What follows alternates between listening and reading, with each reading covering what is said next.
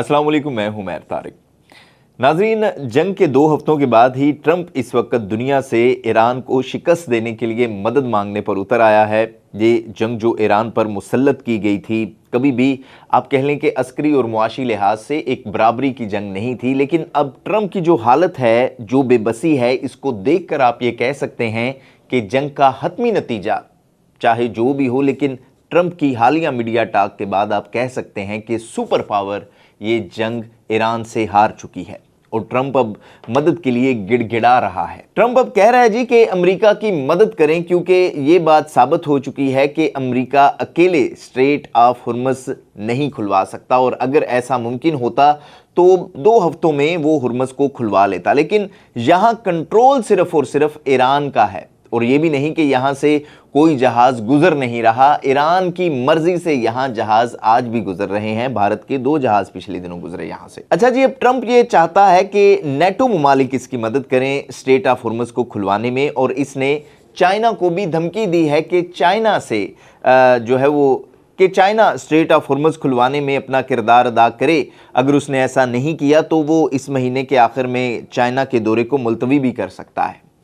अच्छा जी, इसके साथ ही ट्रंप ने यह भी कहा है कि इसके पास दुनिया में सबसे ज़्यादा तेल के वसाइल हैं और वो इस मुल्क के लिए काफ़ी हैं, और ना ही वो अरब ममालिक या स्ट्रेट ऑफ हुर्मुज़ के ज़रिए तेल लेता है या ये रास्ता रूट इस्तेमाल करता है। और ट्रंप ने यह भी कहा है कि चीन स्ट्रेट ऑफ हुर्मुज़ से सबसे ज़्यादा आयल ख़रीदता है, तो चाइना इसमें अपना किरदार अदा करे। ये हालिया मीडिया टॉक में ट्रंप ने कहा था। अच्छा जी, अब ट्रंप को इतनी अकल नहीं है कि ये जंग उसने चाइना या इत्तेहादी ममालिक से पूछ कर या इनकी मुशावरत से तो की नहीं थी, और शुरू से ही ये तमाम ममालिक इसके खिलाफ थे, और पहले दिन से ही तकरीबन दुनिया का हर मुल्क ईरान पर हमले की मजम्मत करता रहा है, इस मामले के खिलाफ था। अच्छा, अब चाइना को तो पहले दिन से ही ईरान जो है वो हुर्मुज़ से गुजरने की इजाज़त दे रहा है, और वो आज भी अब भी हुर्मुज़ से तेल ले रहा है, तो चाइना को क्या पड़ी है कि वो इस मामले में अमेरिका के साथ मिले। और जहां तक चाइना और रूस दोनों की बात है, इनकी ख्वाहिश भी यही होगी कि अमेरिका जितना इस मामले में अंगेज रहता है ईरान के हाथों, इतना ही दोनों के लिए अच्छा है। अच्छा जी, अब ट्रंप जो है वो अपने नेटो इत्तेहादियों को एक दफ़ा फिर से ब्लैकमेल कर रहा है कि वो स्ट्रेट ऑफ हुर्मुज़ को खुलवाने में इनकी मदद करे, और ट्रंप ने खबरदार किया है कि अगर नेटो ममालिक ने इस स्ट्रेटेजिक पानी के रास्ते यानी कि खलीज हर्मज़ की हिफाजत में मदद से इनकार किया तो नेटो को मुस्तकबिल में जो है वो संगीन खतरात लाहक हो सकते हैं। जबकि मशरक़ वुस्ता में कशीदगी बढ़ रही है। ट्रंप ने यह भी कहा कि अगर इत्तेहादी ममालिक इस अहम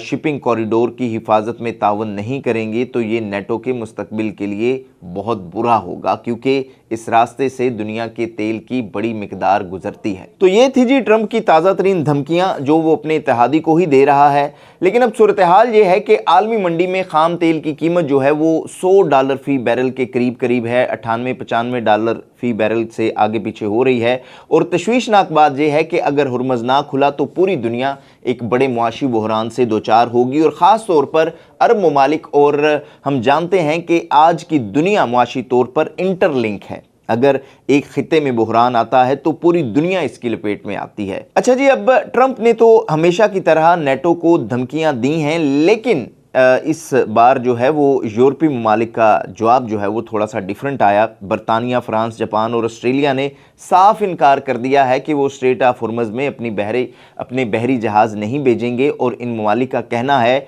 कि वो किसी भी किस्म की इस तरह की लश्कर कशी का हिस्सा नहीं बनेंगे बहरे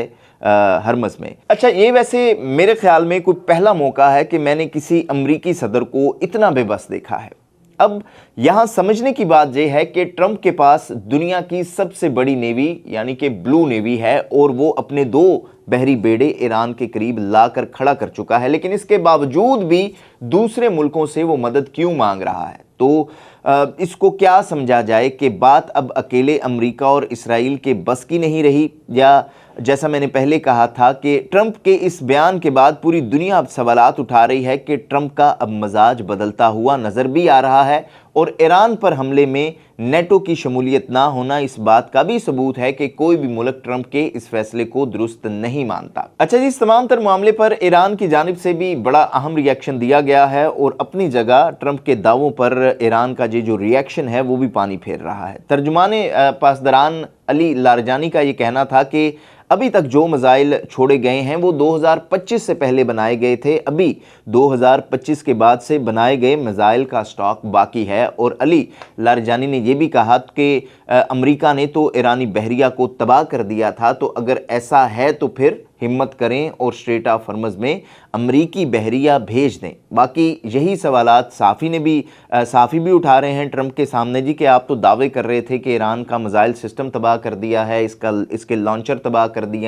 दिए हैं, बहरिया तबाह कर दी गई है, तो अब बाकी क्या रह गया है। तो ट्रंप ने कहा जी कि अभी थोड़े से मिसाइल ईरान के पास हैं। तो ये हालत है जी ट्रंप की और उनकी जहनी कैफियत की। अब अगर ईरानी हमलों की बात करें तो रात को दुबई एयरपोर्ट पर ईरानी मिसाइलों ने ऑयल स्टोरेज को निशाना बनाया। पूरी रात जो है वो दुबई एयरपोर्ट के करीब आग की लपटें बुलंद होती रहीं, लेकिन अब ये बताया जा रहा है कि दुबई एयरपोर्ट पर फ्लाइट ऑपरेशन जुज़वी तौर पर दोबारा बहाल कर दिया गया है इस मिसाइल हमले के बाद। इसके अलावा जी सऊदी अरब पर भी ड्रोन्स बरसाए गए और ये खबरें आ रही हैं कि सऊदी अरब ने ये कहा है कि दर्जनों उसने जो ड्रोन हैं वो इंटरसेप्ट किए हैं। और अमरीकी अड्डे पर भी ड्रोन अटैक किया गया है और इसराइल पर भी ईरान के हमले जारी हैं और ड्रोन्स के साथ साथ क्लस्टर बम भी ईरान इस्तेमाल कर रहा है इसराइल पर। तो ये आप कह लें कि गुज़िश्ता 12 घंटों के दौरान की तमाम तर अपडेट्स हैं इन हमलों की। लेकिन अब इसराइल इसके जवाब में लिबनान पर अटैक कर रहा है और वहाँ पर वो हिजबुल्लाह को ख़ास तौर पर निशाना बना रहा है और हिजबुल्लाह की आड़ में फिर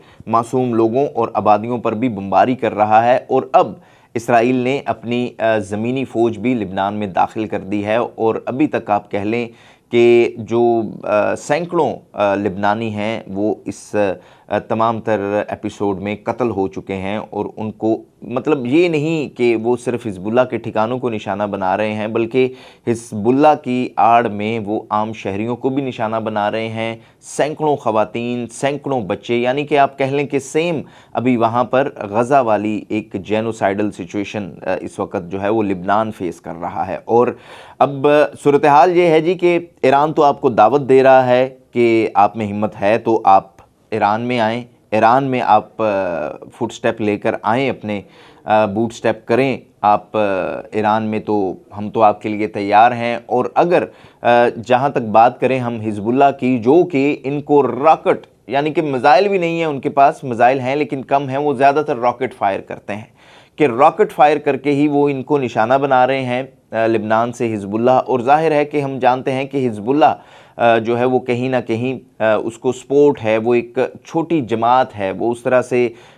ईरान के लेवल की एक पावर नहीं है जिसको ईरान ही कहीं ना कहीं सपोर्ट करता है। तो अगर आप पर हमला जो है वो इस वजह से हुआ है हिजबुल्लाह की जानिब से कि ईरान ने आपने ईरान पर हमला किया था, तो फिर आपने अगर बदला लेना है, अगर आपने जड़ ख़त्म करनी है, तो फिर आप आएँ और ईरान के ऊपर अटैक करें या ईरान में जो है वो अपने फुट स्टेप लेकर आएँ, ईरान में अपनी फ़ौजें दाखिल करें जिस तरह से आपने लिबनान में दाखिल की हैं। तो फिर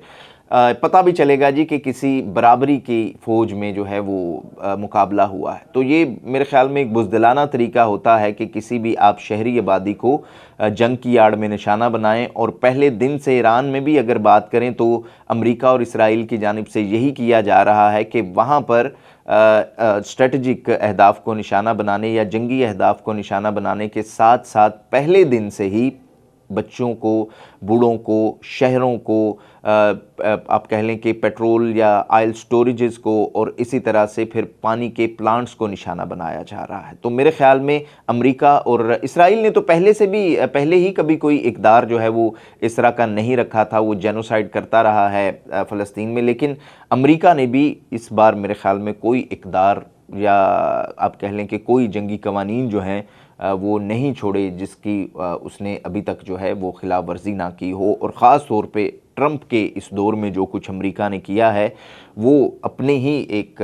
आप कह लें कि तारीख़ रखता है और उसमें अमेरिका को हमेशा से एक अमेरिका की तारीख़ का एक स्याह बाब इस दौर को ज़रूर समझा जाएगा। जिस तरह से वो ईरान के ऊपर अटैक कर रहा है और जिस तरह से वो इसराइल को सपोर्ट करवा कर गज़ा में जो कुछ कर रहा है या गज़ा में कब्ज़ा करने की कोशिश कर रहा है, और इसी तरह से जो अरब फेस कर रहा है वो भी सिर्फ़ और सिर्फ आप कह लें कि एक ट्रंप की या नेतन्याहू की ख्वाहिश थी, इसके अलावा उसमें और कुछ भी नहीं है। इस बारे में अपनी राय का इजहार ज़रूर कीजिएगा। देखते रहिएगा न्यूज़ अलर्ट।